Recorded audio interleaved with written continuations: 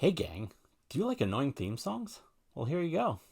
He got into vintage audio a year ago, but there's a lot of things he still doesn't know, so he started up a channel on YouTube, and here he is now, the Vintage Newbie. Ba, ba, ba.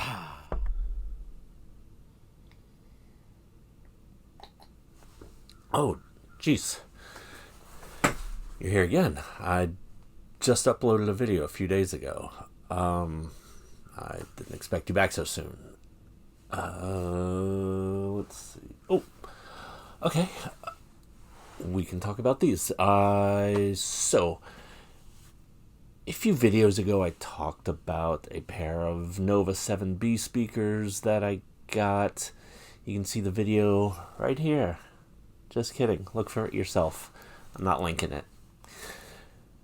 And I talked about how they were very difficult to find the right placement for, and right sound, and blah, blah, blah, right thing to hook it up to. And I kind of got it to where I liked it.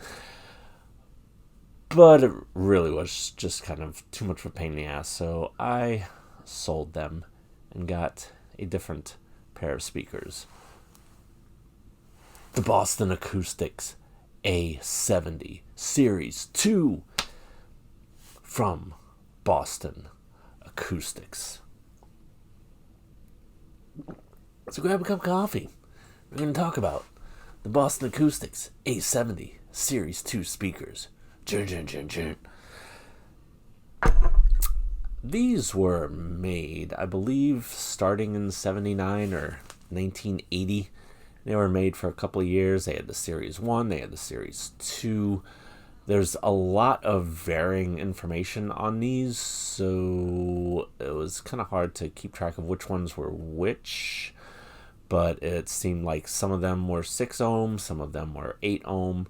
Mine are the 8 ohm variety, which I like because I don't like speakers that are 4 ohm and 6 ohm, not for any particular sound reason, but mostly because back in my earlier days of being a vintage newbie, I ran 2 pair of 6 ohm speakers to a Technics SA5170 receiver that I had. And if you'll notice, I don't have that receiver anymore because I blew it. And I think it might have been because I was running too low of an ohms two pair of speakers, and that might have put too much strain on that little receiver. So I only run 8 ohms now. I don't know if that really makes a difference, but it's just a little thing in my head. But yeah, these are the 6 ohm variety. The Series 1 also had a round SEAS tweeter, I believe is what they were called. Mine has a 1-inch ferrofluid polycell tweeter that's got a rectangular plate around it. And the Series 1 also had a paper woofer. Mine has a polypropylene plastic, fancy word for woofer, 8-inch, I believe. And these usually need a refoam job, but mine have been refoamed by somebody. And I saw a pair of these speakers at a thrift store that usually, not always, but sometimes carries some good vintage stereo equipment, usually in the form of speakers. I've gotten several pair of speakers there, a couple, like, mostly realistic speakers, the 1401s that I also did an earlier video on, Minimus 7s, a couple of pair of Minimus 7s there, some RCA speakers that were Minimus 7, I don't want to say clones, but I think they were just what the Minimus 7s evolved into later on, in the Radio Shack line of the late 90s. And yeah, I saw a pair of these there earlier this year, but the foam surrounds were rotted out, so I did not get them because I didn't want to do a refoam job, because I did that once on these Advent Laureates, which have mid-range and woofers that need new surrounds. So I got to do 4 surrounds instead of just 2. So double the pleasure for double the zero experience that I had back then. But then I recently saw these Boston Acoustics A-70 speakers there. I don't know if they were the ones that were rotted and somebody got them and refoamed them and didn't like the sound of them, so brought them back to the thrift store, or if they were just another pair, because like I said, they made a bunch of these. They made millions of them, so you can find them. They are fairly common, and for a good reason. They sound quite nice. I've seen people post that they're not very bassy, but I don't find that to be a problem at all. Maybe it's because I've got them hooked up to a realistic STA-90 that when the loudness is on, it gets pretty bassy.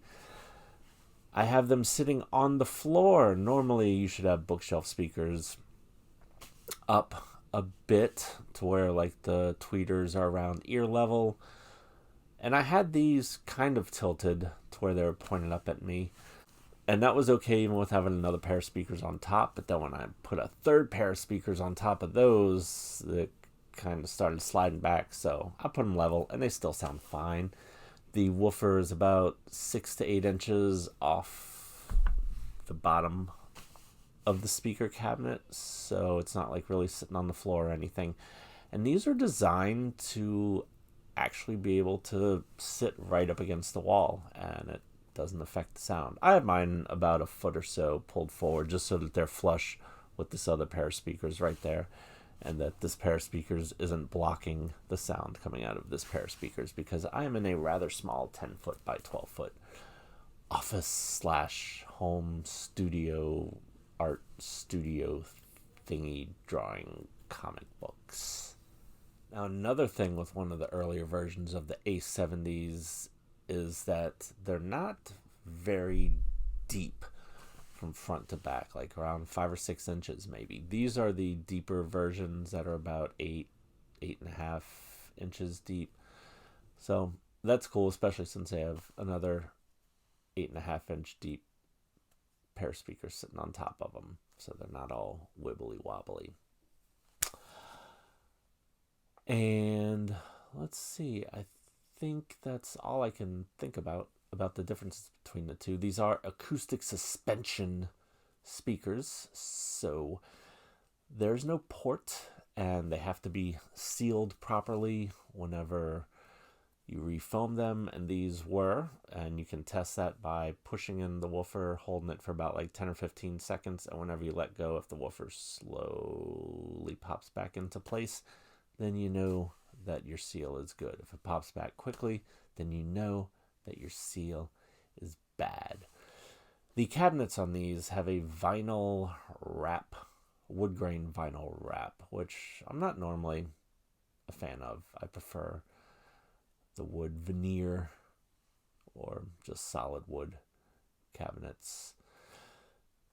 It's easier to polish and make pretty. These you kind of have to hope that they don't get messed up and start peeling and don't get sticky from glue coming up through the inside from whatever conditions these things have been sitting in for the past 45 years. But the sound is nice. I like them a lot. That's why I kept them. That's why I'm doing a video. Spoiler alert, if I do a video on something, unless it's just absolute dog shit, I usually like it. So let's take a look at the front of these things. Okay? Welcome to the front of the speaker. The speaker grills are pretty plain, nothing fancy here. Pardon the mess, I had to move some stuff around and stuff got knocked off the shelves. Sorry. The speaker grills are held in place with 6 pegs that go into the slots there. Yep, there's the tweeter, and it usually says up front, and it also has it on the back, which what the impedance is. And yeah, these are 90 decibel speakers. I think they can take about, 50, 60, 70 watts the power. There's the woofer. Yeah, you can see there's a lot of glue from where someone refoamed it, but I can't hate on that because the ones that I did look the same. Now here's the thing I was talking about where you kind of hold the speaker in for a bit. Probably not going to go the whole 15 seconds, but then when you let it go, it kind of slowly pops back out. So that's good. These are pretty solid. They weigh about 30 pounds. They, again, sound nice.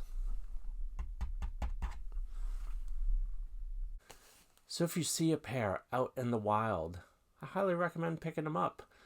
These were originally selling at that thrift store for like around $40-50, but I caught them on their half off day, and so they were like around $20-25, which is a great price to pay for nice speakers. I do not crank my stereo up super loud, again, because this is a small little home office. Sometimes if I'm doing stuff on the other side of the house, yeah, I'll open the door and crank up the volume then, and from listening to it in another room at loud volume, it sounds really good too.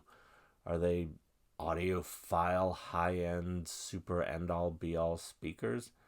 Probably not, but yeah, if you want some good sounding, mid-range, two-way speakers that there are plenty of out there in the world, then get a pair. Why not? The only real issue that I had with these was one of the speakers, the speaker wire terminal on the back. One of them worked fine and held everything in place. The other one was loose. It was like broken on the inside. So a lot of times this little piece would kind of pop out here like that, and it wouldn't hold the speaker wire in place. You can kind of see that it's broken right there, sort of.